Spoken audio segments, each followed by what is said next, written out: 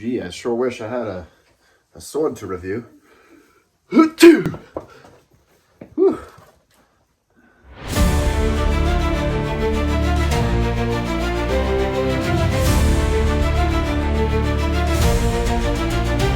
Alright, 4 basic cuts. Here we go. Speed run. 1, 2. In the land where shadows play, 3. dragons rise at break of day. Hammers echo through. Alright, round 2 of 4. New box from Swordier. Go ahead and open it. All I've done on this one, just like the one before, is I've cut the tape. So you guys are really getting the first experience of what this guy looks like. Again, nice foam pad. We're just going to go ahead and get rid of that. We're doing this sitting down today since y'all didn't like looking at my feet last time. Thought you'd be into that. Whoop. This right here is the sword. Initial first impressions. This sword looks awesome. Just right out of the box. Has a blade profile very similar to like what looks to be like an Albion mercenary, actually. Go ahead and take this off. This sword again, it's like razor sharp, even more so than that 16B that we did a few days ago. Go ahead and take off this oily rag. Ooh, ooh, beautiful. Got a nice leather wrapped scabbard down here as well. Go ahead and smell it. Yeah, it passes the smell test. Doesn't smell as good as the last one, but I'm sure this will make up for it in other ways. Let's go ahead and get it up out of the box and we'll go from there. All right, and here's the bad boy right there. Now, when I first started opening this, reminded me a lot of what the Albion mercenary looks like, which is an awesome sword that one of our coaches likes to fight with. So let's go ahead and just kind of get a closer look at this bad boy. Go ahead and dispose of this. Starting at the pommel, we have a nice scent stopper pommel, which is a very famous type of pommel for people that like to cut, because you can hold it, you can put your hand up against it, you can reach all the way down and grab it, and it's not going to interact with your palm in a lot of the ways that more round crescent-shaped pommels, or even more popular round pommels, like those circular ones that are more popular in the medieval period. So scent stopper pommel, really comfortable to hold. We have a waisted grip right there that you can see is beautiful, all the way up into a much more defined grip right there. It's very comfortable to hold in the hands. You can fairly easily feel that on point, holding it all the way out there. Placing it on the shoulder, you can kind of feel where the blade edge is, and it cuts pretty well. It's kind of hard to hear, but you can definitely get that whoosh noise out of it when you make that good cut. Now with the other Swordier sword that we reviewed, you can see here, I was having a hard time trying to cut with it. It does look like this sword is going to be much better cutter. So you can see, just looking down the profile, this is substantially thinner. It's about 1/8 of an inch there. It tapers all the way down out here, like a 64th of an inch. So you can see it's very small. Very profound distal taper. You can see it's still really stiff. So all indications to me look like this is going to be an amazing cutting sword. We have a nice rain guard here, which was pretty popular, especially on early medieval swords, because a lot of the time when you're having it in the scabbard, I'll go ahead and grab that really quick. This is going to be riding at your side. This is a right-handed scabbard.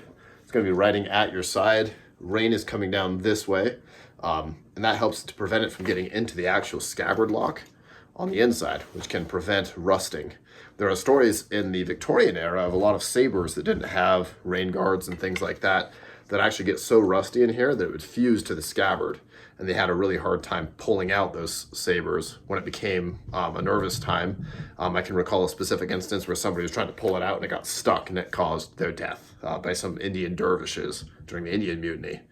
Looking at the scabbard, we have these two lovely straps right here. This type of a sword didn't come with the leather thongs, but you can see the attachment method is a lot different than what it was on the other one. You can literally loop in some leather thongs in there, wrap it around a belt. If you wanted to be super lazy, you could literally just put like a loop in between all of these and then hang it from a baldric, and then you have a sword right there. It is a fairly nimble sword as well. So if I'm holding it here at my side, it is shorter than the other one that we reviewed. I can easily pull it out and bring it to bear. Fairly easy to move around in one hand. Definitely looks like it's both a combination cut and thrust sword with a very wide profile down here. So it should cut fairly well, but if you do run into those more armored opponents, you can see that we do have that very acute point. Fairly easy to grip that in a half sword grip, angle it into the armor and stab it how we need. Let's go ahead and move on to some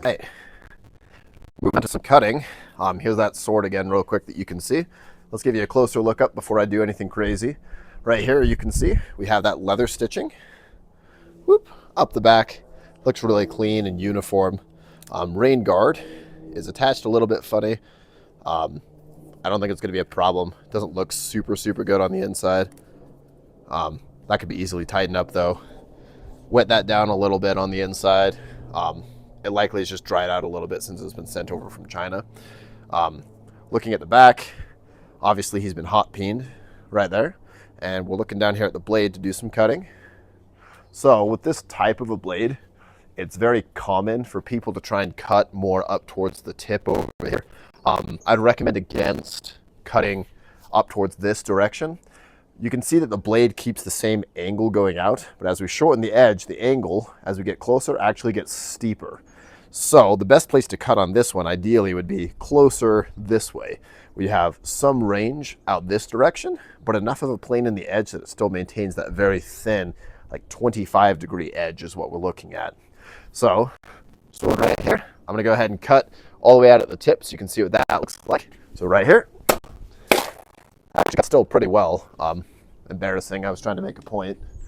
Let's cut a little bit down, more towards this direction, so we have a little bit more of a flat edge. Oh wow, that cut amazingly well. That cut absurdly well. So looking here, you can see that that is actually a very clean cut, even though my edge geometry wasn't amazing. This is gonna be a really good cutting sword, which is embarrassing. You saw how last time I was cutting with one of the Swordier swords that aren't necessarily a performance cutting sword. This sword might very well fit that category. Go ahead and do a false edge from below. That was insanely easy. And a false edge from below on this side. Whoop, right here, just up. Cutting angle wasn't amazingly good. I was afraid I was gonna hit the fence. But you can just see how well that cuts. Which is embarrassing because I was trying to make a point about how it's not cutting super well up here.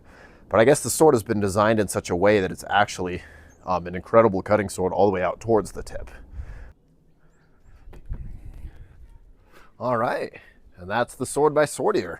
I got a little bit carried away with cutting because honestly, it is like a super fun cutter. Especially if you have smaller hands, you find that it's a lot harder to wield bigger, heavier swords.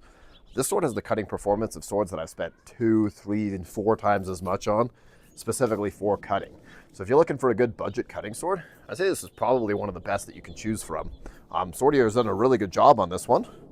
Yeah, I'd definitely buy it. Rate it 10 out of 10. Let's say 9 out of 10. Just because it doesn't have that nice smell for you, which is unfortunate. I mean, for being such a nice sword, I'd love to be able to pick it up and go like, that's a nice sword. Unfortunately, we do not have that. Every other part of the sword is amazing. Yeah, I have nothing to complain about with it. Be a great costume piece all the way up to a performance cutting sword. Yeah, like and subscribe for more. We got 2 more of these guys coming out here in the near future, and we'll keep giving you honest opinions on it. Yeah, like and subscribe. Cha!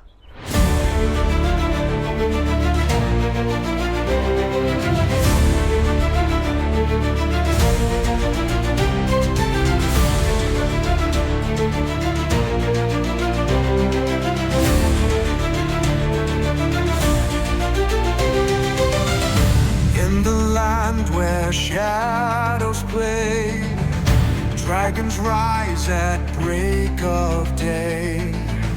Hammers echo through the mist, twilight whispers magic kiss.